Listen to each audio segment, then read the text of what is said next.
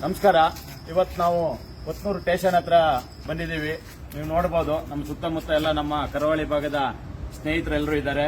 ಬಂದಿರೋ ಕಾರಣ ಬೆಂಗಳೂರು ಮಹಾನಗರದಲ್ಲಿ ನಿರಂತರವಾಗಿ ಬೇಕರಿ ಮತ್ತೆ ಸಣ್ಣ ಸಣ್ಣ ಉದ್ಯಮಿಗಳು ಹೋಟೆಲ್ಗಳ ಮೇಲೆ, ಅಲ್ಲಿ ಮಾಲೀಕರ ಮೇಲೆ, ಅಲ್ಲಿ ಕೆಲಸಗಾರರ ಮೇಲೆ ನಿರಂತರವಾಗಿ ಇಲ್ಲಿರುವಂತಹ ಪುಂಡರು, ರೌಡಿಗಳು ಇವರು ನಿರಂತರವಾಗಿ ಹಲ್ಲೆ ಮಾಡ್ತಾ ಇದ್ದಾರೆ. ಇವತ್ತು ನೀವು ನೋಡ್ತಾ ಇರಬಹುದು, ಇವತ್ತಿನ ದಿನದಲ್ಲೇ 2-3 ಕಡೆ ಆಗಿದೆ ಬೆಳಿಗ್ಗೆಯಿಂದ.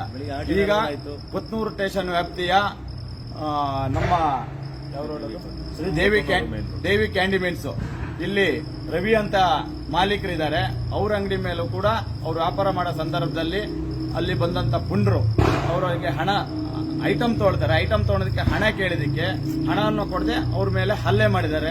ಅವರಿಗೆ ಕೊಲೆ ಬೆದರಿಕೆ ಹಾಕಿದ್ದಾರೆ, ಅವರಿಗೆ ಜೀವ ಬೆದರಿಕೆ ಹಾಕಿದ್ದಾರೆ. ಮತ್ತೆ ನೀವು ಇಲ್ಲಿ ಕಂಪ್ಲೇಂಟ್ ಕೊಟ್ಟರೆ ನಾಳೆ ದಿವಸ ನಿಮಗೆ ಇಲ್ಲಿ ವ್ಯಾಪಾರ ಮಾಡ್ಲಿಕ್ಕೂ ಕೂಡ ಬಿಡುವುದಿಲ್ಲ ಅಂತೇಳಿ ಅವ್ರು ಹೇಳಿದ್ದಾರೆ. ಈಗ ಅವರೇ ಮಾತಾಡ್ತಾರೆ, ಏನೇನು ಘಟನೆ ಏನಾಗಿದೆ ಅಂತೇಳಿ ರವಿ ಅವರೇ ಹೇಳ್ತಾರೆ. ನನ್ನ ಹೆಸರು ರವಿ ಅಂತ ಹೇಳಿ, ನಾನು Sridevi condiments Kothnur main road Narayanapura. ಇದರಲ್ಲಿ ನಾನು 14 ವರ್ಷದಿಂದ ವ್ಯಾಪಾರ ಮಾಡ್ಕೊಂಡು ಬರ್ತಾ ಇದ್ದೀನಿ. ಈ 2 ದಿನದ ಹಿಂದೆ ಒಬ್ಬ ಪುಂಡ ಬಂದ್ಬಿಟ್ಟು ನಮ್ಮ ಅಂಗಡಿಯಲ್ಲಿ ಒಂದು ಐಟಮ್ ತಗೊಳ್ತಾನೆ.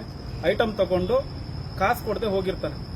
ಮತ್ತೆ ಇವತ್ತು ಬಂದಾಗ ನಾನು ಇವತ್ತು ಕೂಡ ಐಟಮ್ ತಗೊಂಡಿದ್ದಾನೆ. ಇವತ್ತು ಅವನ ಹತ್ರ ಮೊನ್ನೆ ತಗೊಂಡಿರೋದು ನೀನು ಕಾಸು ಕೊಟ್ಟಿಲ್ಲ, ಇವತ್ತಿದು ಸೇರಿ ಕಾಸು ಕೇಳಿದಾಗ ನನ್ನ ಹತ್ರ ನೀನು ಕಾಸು ಕೇಳ್ತೀಯಾ, ನಾನು ಯಾರು ಅಂತ ಗೊತ್ತಾ ನಿನಗೆ ಅಂತ ಹೇಳಿಬಿಟ್ಟು ನನಗೆ ಹೊಡೆದಿದ್ದಾನೆ. ಮಾರಣಾಂತಿಕವಾಗಿ ಹಲ್ಲೆ ಆಗಿದೆ.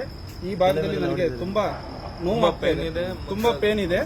ಇವಾಗ ನಾವು ಕಾನೂನಿನ ನೆರವಿಗೋಸ್ಕರ ಕೊತ್ನೂರು ಸ್ಟೇಷನ್ ವ್ಯಾಪ್ತಿಗೆ ಬಂದಿದ್ದೀವಿ. ಇಲ್ಲಿ ಇವಾಗ ಕಂಪ್ಲೇಂಟ್ ಕೂಡ ರಿಜಿಸ್ಟರ್ ಮಾಡಿದ್ದೀವಿ. ನಾನು ಕೇಳ್ತಾ ಇರೋದು, ನಾನು ಇಲ್ಲಿ ನನ್ನ ಎಲ್ಲಾ ಬಂಧು ಬಾಂಧವರಲ್ಲಿ ಕೇಳ್ತಾ ಇರೋದು ಇಷ್ಟೇ. ಅವ ಆಟ ಆಡಿರೋ ಮಾತೇನಂದ್ರೆ, ಊರ್ ಬಿಟ್ಟು ಊರ್ ಬಂದವ್ರು ನೀವು. ಈ ಪದ ಎಲ್ಲೇ ಹೋದ್ರೂ ಕೂಡ ಈ ಕಾಂಡಿಮೆಂಟ್ಸು, ಹೋಟ್ಲು, ಮತ್ತೊಂದು ಸಣ್ಣ ಪುಟ್ಟ ವ್ಯಾಪಾರಸ್ಥರು, ನಾವು ಕರಾವಳಿ ಭಾಗದಲ್ಲಿ ಯಾರ್ಯಾರು ಇವತ್ತಿನ ದಿನ ಈ ಬೆಂಗಳೂರಲ್ಲಿ ಬಂದು ಜೀವನ ಮಾಡ್ತಾ ಇದ್ದೀರೋ ಅವರಿಗೆಲ್ಲರಿಗೂ ಸೇರಿದಾಗಿತ್ತು ಈ ಮಾತು.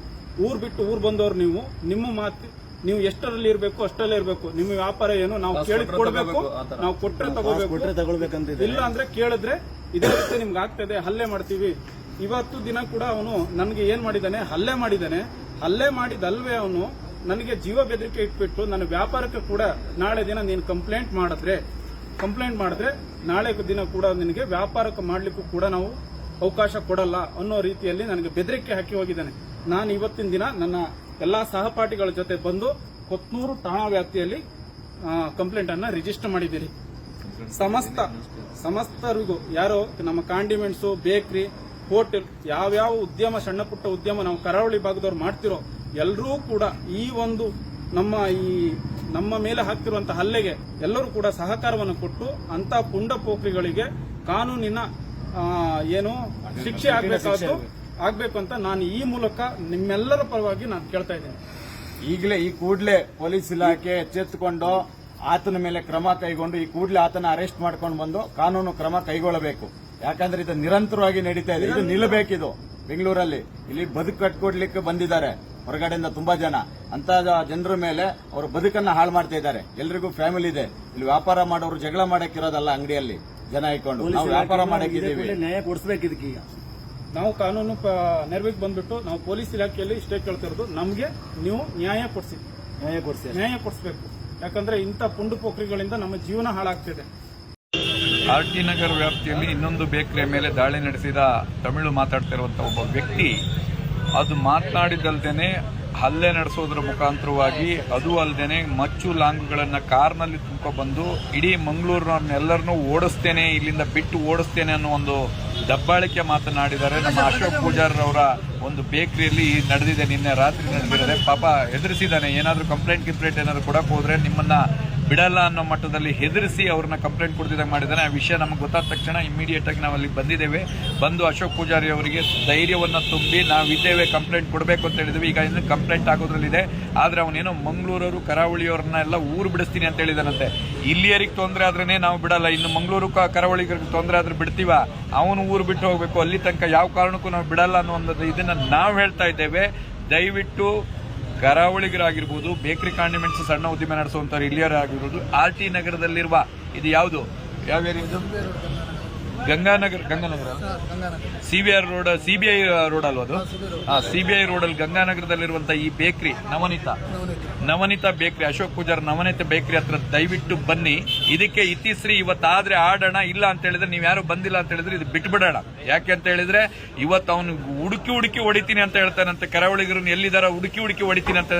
ಇಲ್ಲಿಯವ್ರನ್ನೇ ನಾವು ಬಿಡಲ್ಲ, ಇಲ್ಲಿಯವ್ರಿಗೆ ಯಾರು ಏನಾರು ಆದ್ರೆ ಬಿಡಲ್ಲ. ಇವ್ನು ಯಾರೋ ಬಂದ್ಕೊಂಡು ತಮಿಳ್ನಾಡಿನಿಂದ ಬಂದ್ಕೊಂಡು ತಮಿಳಲ್ಲಿ ಮಾತಾಡ್ಕೊಂಡು ಕರಾವಳಿಗರು ಹೊಡಿತೀವಿ ಅಂತ ಹೇಳಿದ್ರೆ ಬಿಡ್ಲಿಕ್ಕೆ ಕೈಗೆ ಬಳೆ ಕೊಟ್ಕೊಂಡಿಲ್ಲ ನಾವು, ಹಾಕಿರೋದು ಕಡ್ಗ. ಬನ್ನಿ ಯಾರು ಏನಾಗ್ತದೆ ನೋಡೋಣ.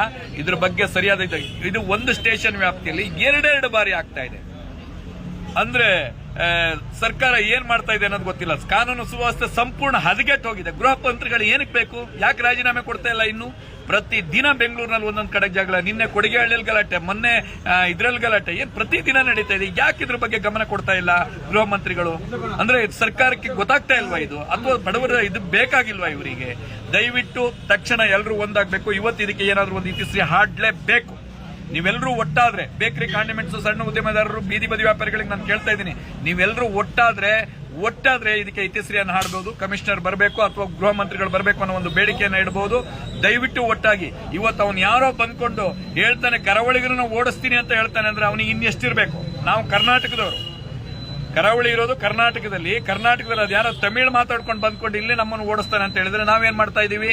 ಇದಕ್ಕೆ ಉತ್ತರವನ್ನ ಕೊಡಲೇಬೇಕು. ದಯವಿಟ್ಟು ಎಲ್ಲ ಸಂಘಟನೆಯವರಿಗೂ ನಾನು ಕರೆ ಕೊಡ್ತಾ ಇದ್ದೀನಿ. ನಾನು ಇದೇ ಜಾಗದಲ್ಲಿ ಇದ್ದೇನೆ, ದಯವಿಟ್ಟು ಬನ್ನಿ. Thank you.